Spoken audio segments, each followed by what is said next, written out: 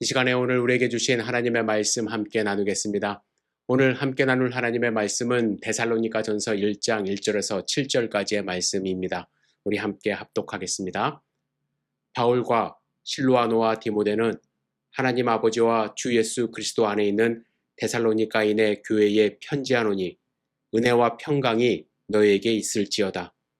우리가 너희 모두로 말미암아 항상 하나님께 감사하며 기도할 때에 너희를 기억함은 너희의 믿음의 역사와 사랑의 수고와 우리 주 예수 그리스도에 대한 소망의 인내를 우리 하나님 아버지 앞에서 끊임없이 기억함이니 하나님의 사랑하심을 받은 형제들아 너희를 택하심을 아노라.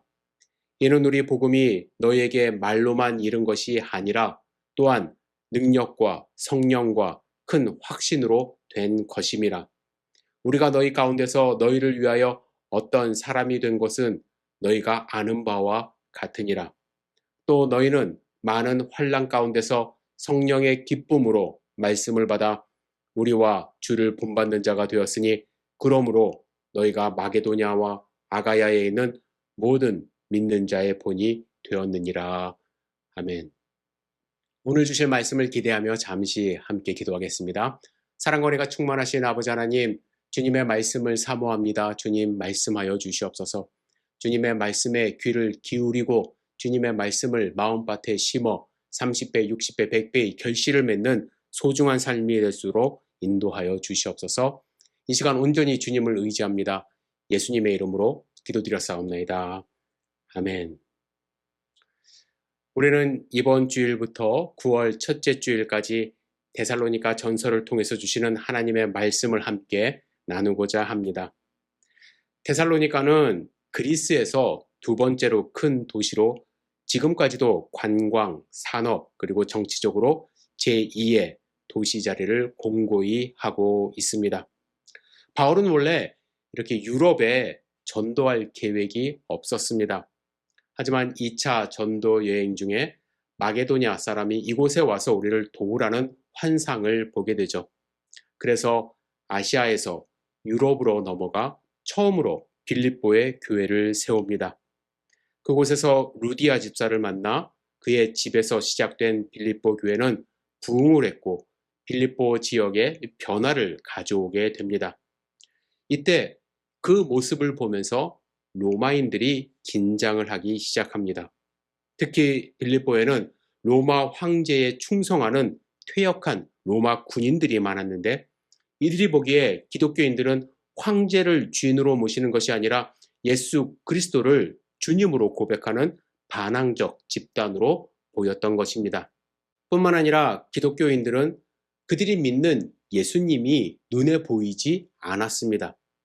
로마 사람들은 각종 신들의 형상을 만들고 그들을 섬겼는데 기독교인들은 보이지 않는 허상과 같은 우상을 믿는 것처럼 보였던 것입니다. 뿐만 아니라 그들은 모일 때마다 예수 그리스도의 피와 살을 먹고 마신다고 하는 소문이 있었습니다. 이런 소문이 빌립보 지역에 퍼질 때 한 가지 중요한 사건이 일어납니다. 귀신 들린 한 여인이 바울을 계속 쫓아다니며 귀찮게 하는 것입니다.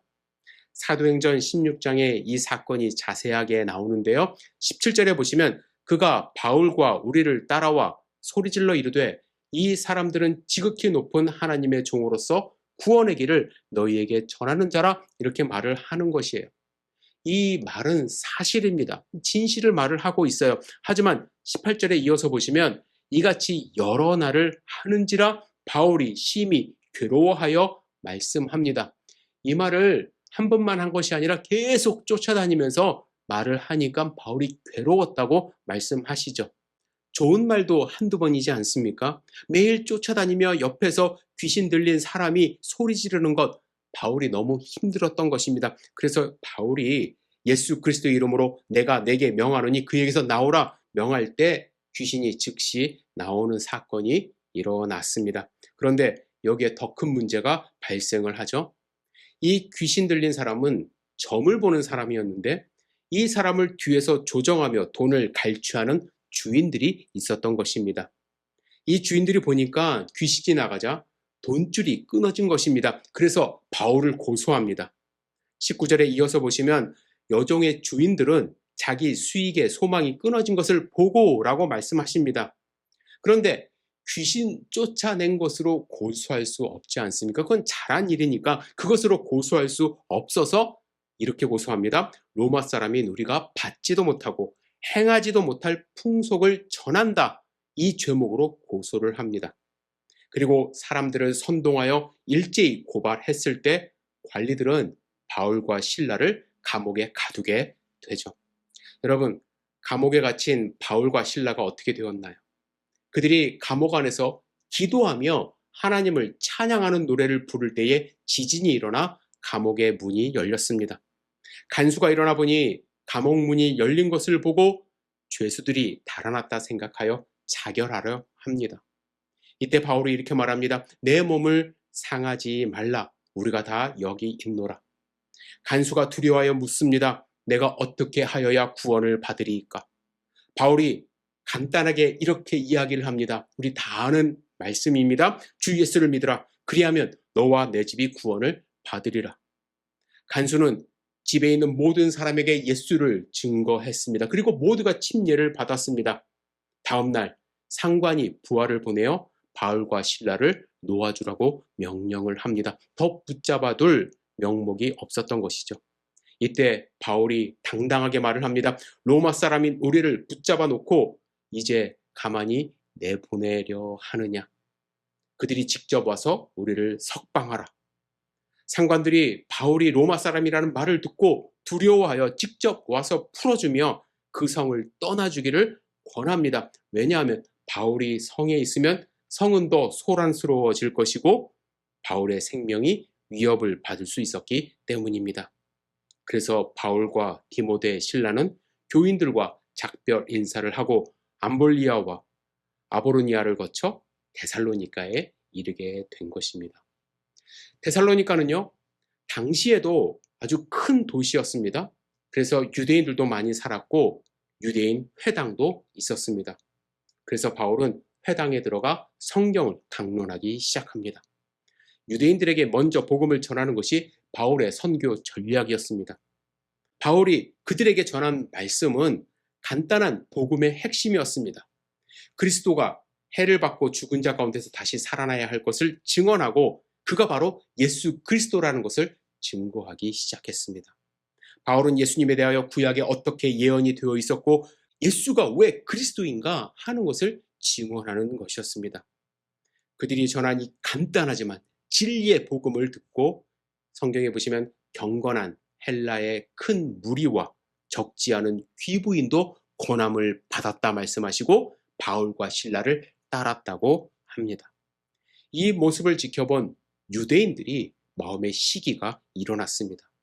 자기를 따르던 사람들을 빼앗긴 것 같은 기분이 들었던 것 같습니다.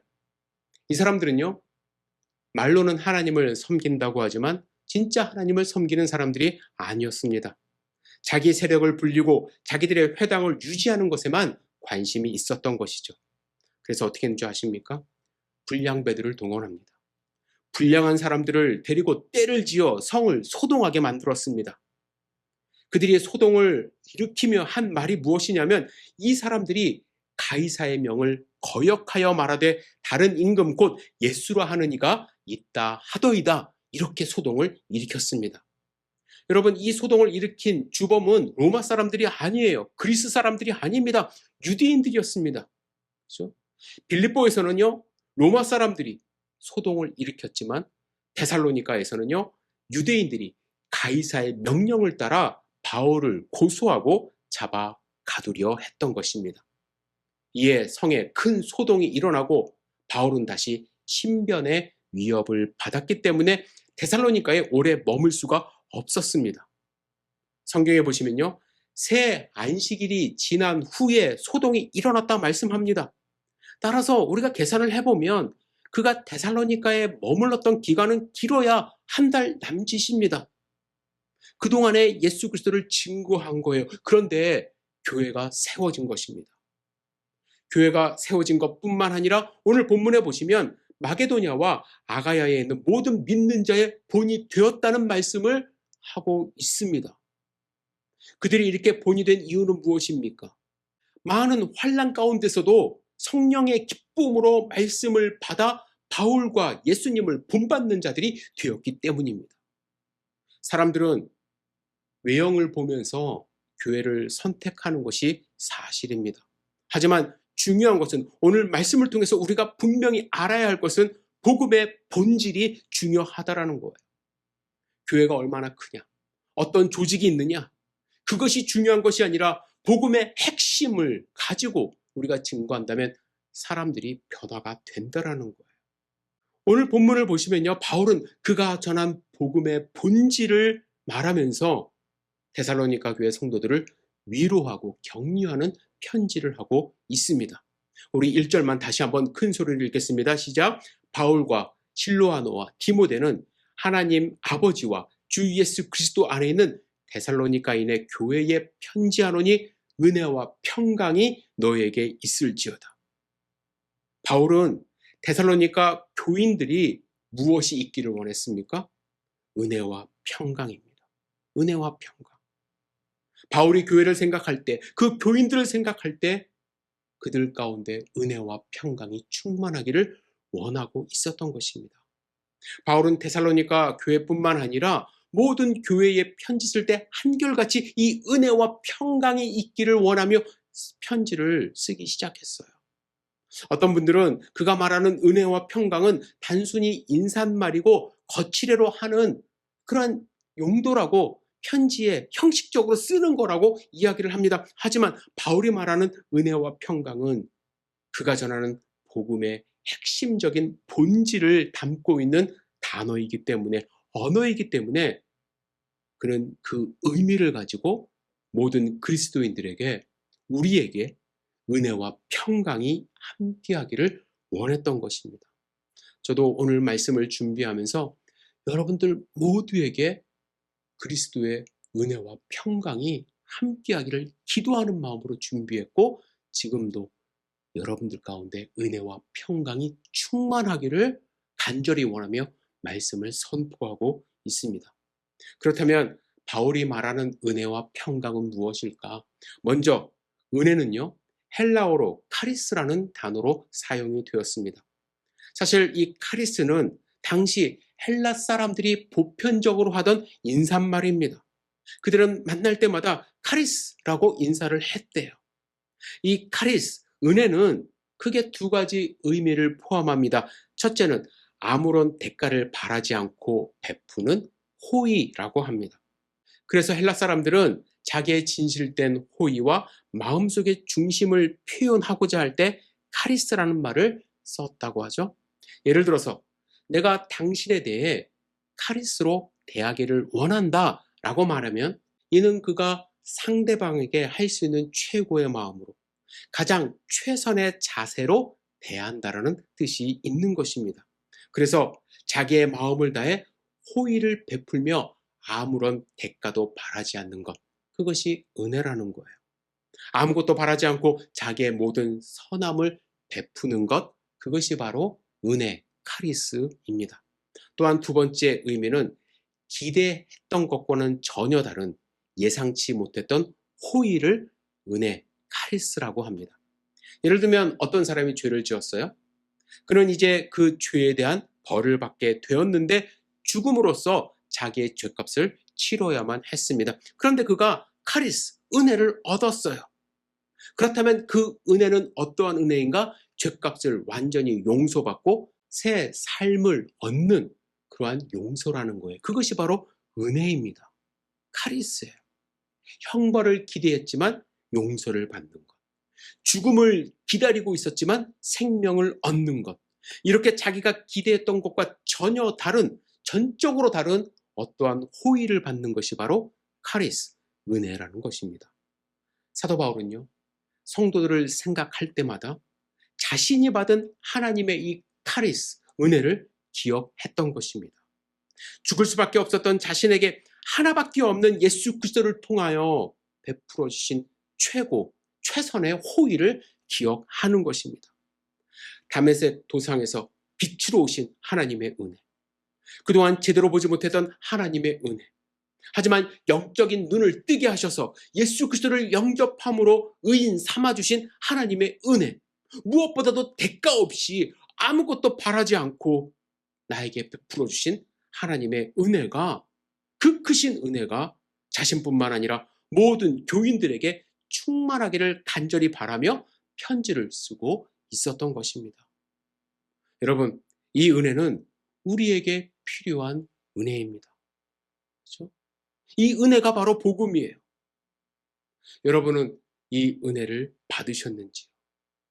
둘째로 사도 바울은 오늘 본문에 보시면 평강이라는 단어를 사용했습니다.